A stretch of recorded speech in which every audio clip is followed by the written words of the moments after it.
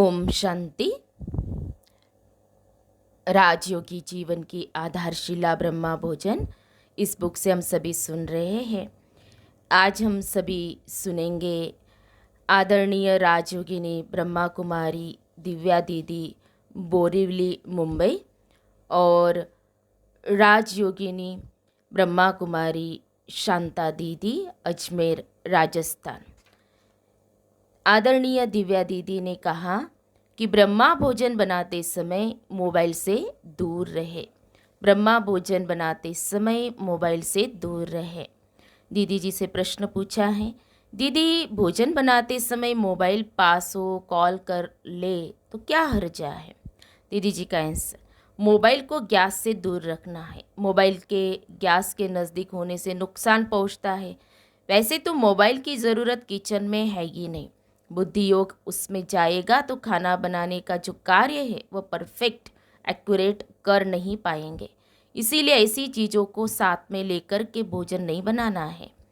Next question, दीदी भोजन के ऊपर विशेष अटेंशन खिंचवाया गया हो, ऐसा कोई विशेष अनुभव है तो बताइए।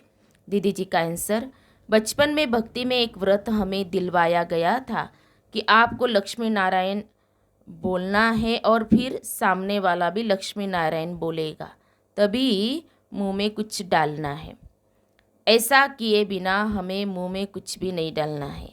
इससे एक तो जीभ पर कंट्रोल हो गया, कोई चीज़ देखी लेकिन मुंह में डाल नहीं सकते क्योंकि सामने बोलने वाला नहीं है। खुद को भी याद और दूसरों को भी याद दिलाना, इसका यह भी फ़ायदा है। भक्ति में ऐसा करते थे तो हम तो ज्ञानी बच्चे हैं और हर कर्म बाबा की याद में करना चाहते हैं, तो एक दूसरे को शिव बाबा की याद दिलाकर, और कोई न भी हो तो स्वयं बाबा को स्वीकार करा के तब खाए। नेक्स्ट क्वेश्चन, दीदी भोजन करते हुए बातचीत करना कहाँ तक उचित है? दीदी जी का आंसर, बाबा कहते हैं साइलेंस में रहकर, मौन में रहकर के खाओ, क्योंकि बात करेंगे तो हमें भी बाबा की याद नहीं रहेगी। बाबा की याद में भोजन खाएंगे तो उस अन्न का प्रभाव हमारे तन पर भी अच्छा पड़ता है, जिसको कहते हैं कि काया निरोगी बन सकती है। मौन में रहकर खाना खाने से भोजन का आनंद ले पाएंगे। कम भोजन में भी तृप्ति का अनुभव होता है। नेक्स्ट क्वेश्चन, दीदी आप कैसे भोग लगाते, इसकी सही विधि क्या है? दीदी जी का आंसर, जब भोग हम बाबा के आगे रखते हैं उस समय हमारी मानसिक स्थिति, हमारे भाव बहुत महत्वपूर्ण है। देने वाला दाता हम ईश्वर को ही कहते हैं कि सब कुछ उसकी वजह से आज हमारे पास है।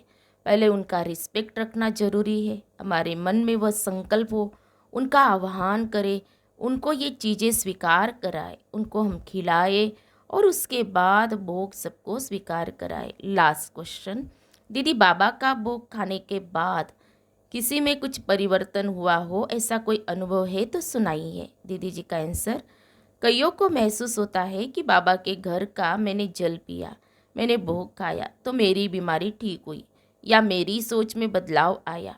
ऐसे परिवर्तन वे अपने आप में फील करते हैं।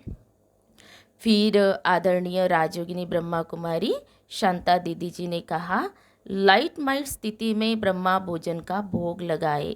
लाइट माइट स्थिति में ब्रह्मा भोजन का भोग लगाए। दीदी जी से प्रश्न पूछे गए हैं। पहला, साकार बाबा के समय यज्ञ में भोग कैसे लगता था? दीदी जी का आंसर, हमने देखा पांडव भवन में यीशु दादी का ऑफिस था। अंदर बरामदा सा है ना, वहाँ उन दिनों क्लास होती थी। वहाँ पर सब नीचे ही दरी पर बैठते थे। छोटी सी संदल होती थी, उस पर भोग की थाली रखते थे। इधर मम्मा बैठती थी, इधर बाबा बैठते थे। सामने भोग लगाने वाली रोचा दादी, मम्मा की मदर, बैठती थी। यह हमने बाबा के होते हुए देखा था। सामने मम्मा बैठी तो जितनी भी दादियाँ सामने होती थी उनको दृष्टि देती रहती थी, और बाबा भी सामने जितने भी बैठे होते थे उनको दृष्टि देते रहते थे। बाबा कई बार शिव बाबा को मैसेज भी भेजते थे, हमारी याद देना, हमारा यह करना। प्रैक्टिकल लगता था कि ये बाबा साकार है, पुरुषार्थी है, और निराकार बाबा वतन में सूक्ष्म ब्रह्मा में आकर बच्चों से मिलता है। नेक्स्ट क्वेश्चन, दीदी दृष्टि का क्या महत्व है वह बताइए। दीदी जी का आंसर, मुझे याद है मैं उस समय जयपुर में थी, कुछ बिजनेसमैन कलकत्ता से आए थे, शर्मा जी के दोस्त थे, बिजनेस में बहुत ज़्यादा टेंशन में आ गए। मैं उनको लेकर मधुबन आई। बाबा से मिलते थे तो एकदम स्वच्छ होकर नहा धोकर कपड़े चेंज करके मिलते थे, ट्रेन वाले कपड़ों से नहीं मिलते थे।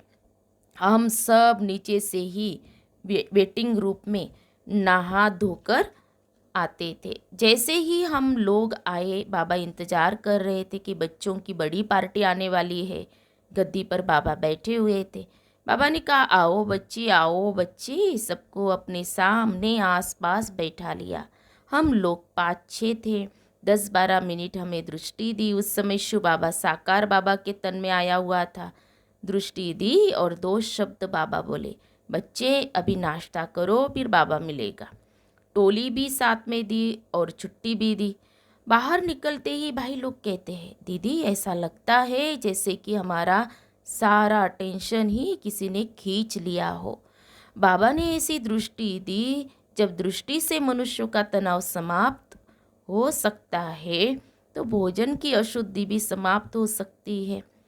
लास्ट क्वेश्चन दीदी, भोग लगाते समय किस प्रकार का भाव निर्माण करते हैं।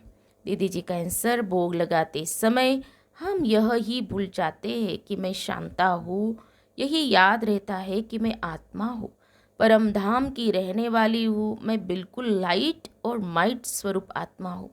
कई बार ऐसा होता है बिल्कुल यह दुनिया भुली हुई होती है, सामने लाइट में बाबा दिखाई देता, मैं कोई ट्रांस में नहीं जाती हूँ, लेकिन ऐसा लगता है जैसे इधर उधर का कोई भी संकल्प नहीं, हम जैसे बिल्कुल अशरीरी हो जाते हैं। बहुत अच्छी तरह याद की स्टेज में बैठते हैं। महसूस होता है लाइट के अंदर से बाबा हम बच्चों को दृष्टि दे रहा है।